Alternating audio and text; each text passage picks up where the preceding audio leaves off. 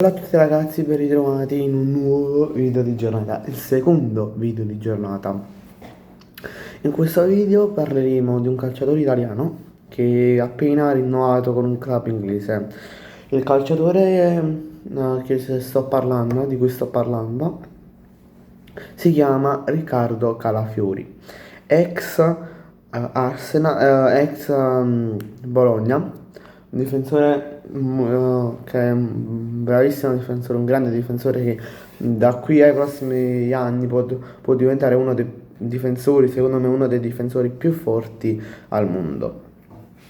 Questo Calafiori, ricordiamolo, può fare il difensore centrale o il braccetto di sinistra, ma può fare anche il terzino sinistro più che altro. Rinnova il suo contratto, prolunga il suo contratto fino al 2029. Rinnova con l'Arsenal ha uno stipendio di circa 3 milioni e mezzo, come dicono le mie fonti affidabili.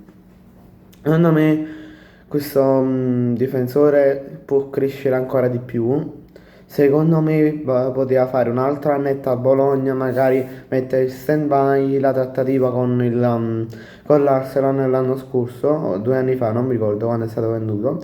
Mettere diciamo in stand-by la trattativa con l'Arsenal e dire faccio un altro anno a Bologna, cresco ancora di più in modo che quando vado all'Arsenal riesco diciamo a sorprendere, a giocare meglio e facendo questo diciamo come ho detto, facendo questo prolungamento di contratto poteva diciamo crescere ancora di più e poi magari in quest'estate sì, mi è venuto in mente l'anno in cui è stata venuta nell'estate, dal passaggio della stagione 23 alla stagione 24-25, dalla 23-24 alla 24-25 nel periodo estivo, è stato venduto all'Arsenal.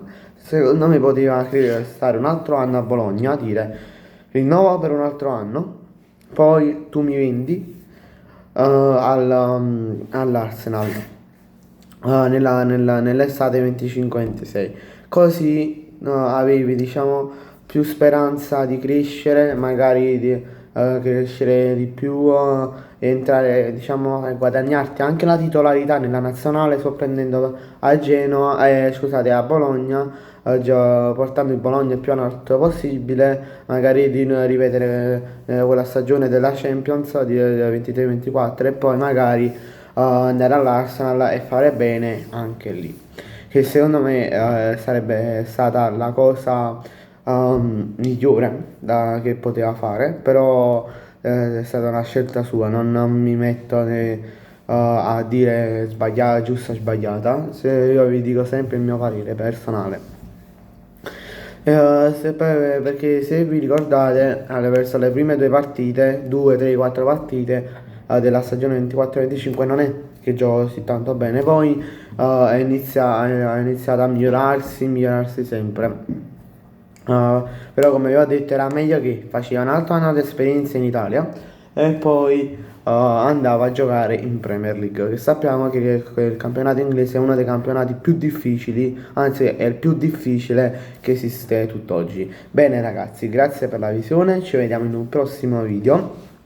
Lasciate un bel like, un bel commento e iscrivetevi al canale e mi raccomando facciamo crescere il canale e giratelo a più persone possibili. Ciao!